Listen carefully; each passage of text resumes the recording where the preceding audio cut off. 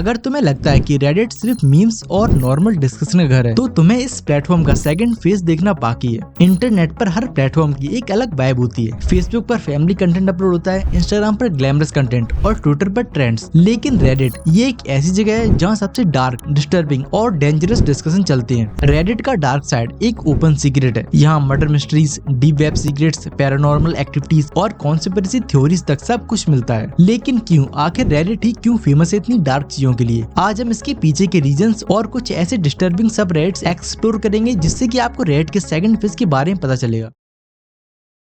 Reddit एक community based platform है जिसमें हर टॉपिक के लिए सबरेडिट्स होते हैं। सबरेडिट्स वो होते हैं जहां पर रेडिट यूजर किसी एक टॉपिक का एज ए ग्रुप बनाते हैं, जिससे उसमें वही लोग आते हैं जो उस टॉपिक के बारे में डिस्कशन करना चाहते हो या उसके बारे में जानने में इंटरेस्ट रखते हो। एंड इससे रेडिट पर उन लोगों की एक कम्युनिटी बनती है जिसे सबरेडिट कहते हैं। और इसके अलावा रेडिट एक ऐसा प्लेटफॉर्म है जिस पर सबसे कम रेस्ट्रिक्शन होती है। इसमें आप उन टॉपिक्स पर डिस्कस कर सकते हो या ऐसी वीडियोस अपलोड कर सकते हो जो कि किसी अदर प्लेटफॉर्म पर करना पॉसिबल नहीं है, और जिसकी वजह से रेडिट पर बहुत ही डार्क एंड मिस्टीरियस कन्वर्सेशन और वीडियोस अपलोड होती हैं। यानी आप जितने अंदर जाओगे उतनी ही ज्यादा अजीब और डिस्टर्बिंग चीजें मिलेंगी। No strict monitoring, no censorship. और अगर तुम्हें किसी बैन सबरेडिट का लिंक मिल जाए तो आपको वहाँ ऐसे डिस्कशन या वीडियोस देखने को मिलेंगे जो कि बहुत डार्क और डिस्टर्बिंग होती हैं, जैसे अनरिजॉल्व्ड मिस्ट्रीज जिसमें रियल लाइफ केस पर बात होती है जो कभी सॉल्व ही नहीं हुए। डीप इनटू यूट्यूब जिसमें यूट्यूब के सबसे डिस्टर्बिंग वीडियोस होते हैं। ये स्ट्रक्चर रेडिट को एक अनफिल्टर्ड और अनसेंसर्ड प्लेटफॉर्म बनाता है